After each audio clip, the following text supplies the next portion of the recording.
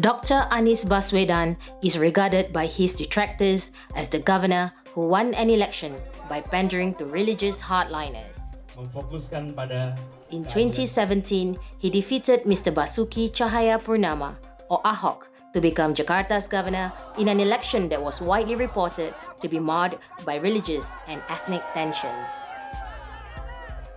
Ahok, a Chinese Christian, was jailed for insulting Islam over a remark he made during a pre-election speech in September 2016.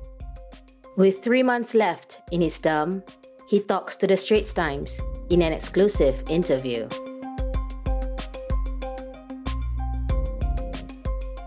Sometimes I am being judged by assumption.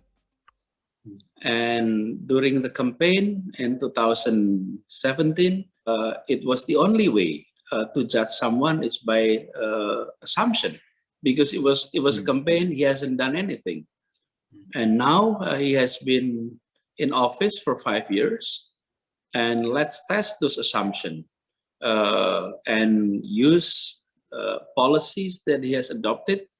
Can you show me policies, action in the past 4 years that is unfriendly to the minorities, that is not providing equal opportunities?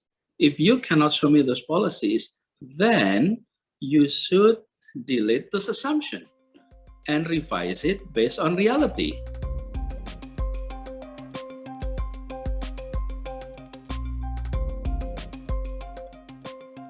So we have built more than 100 parks in the past 5 years. And there's place to play, and it's reservoir for water. So we built that, and we're very happy with that. We have doubled the coverage of public transport in Jakarta. In 2016, it was only around 40% of our area were covered by public transport. Now the figure is almost 90%. And then on top of that, public transport were converted from fuel-based vehicle into electric vehicles.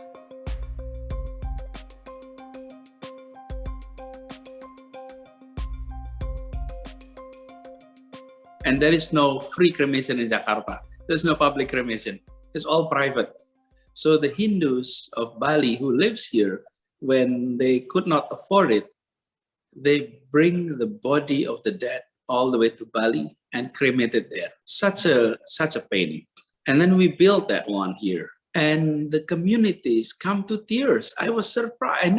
I never imagined it was so touching moment. And we started 5 years ago.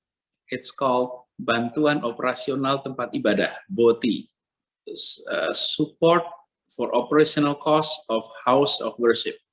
All house of worship, including church, temple, vihara, and all of that. And just the other day, someone came to me, and it was emotional. She told me, Anies, our churches were empty during pandemic. No one is donating money to our church.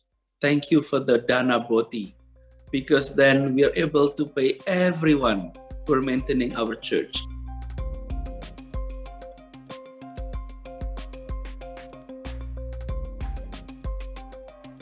I was an exchange student when I was in high school. I grew up in a pious family of Islam in Jogja. So when I was sent to the US, AFS sent me to a family who were pious also. A very pious family, who's Roman Catholic practicing family.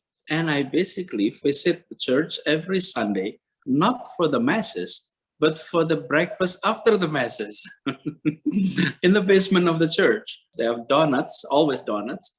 So I came back from that experience, come back to Jogja, and then continue my education. And here I am, suddenly on the driver's seat of a city that is extremely diverse. But I really like that every policy that is made in our city is a policy that reflects our constitution, that reflect our values of modern democracy.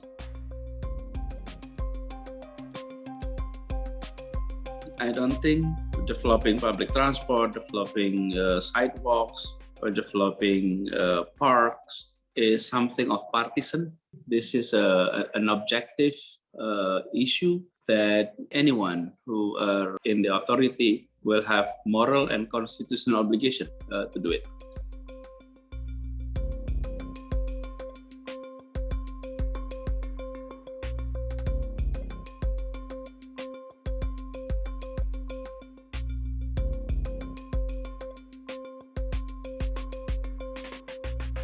Nasdem have named me as one of their potential candidates.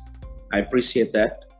But I'm expecting objectivity. I'm expecting equal information being given.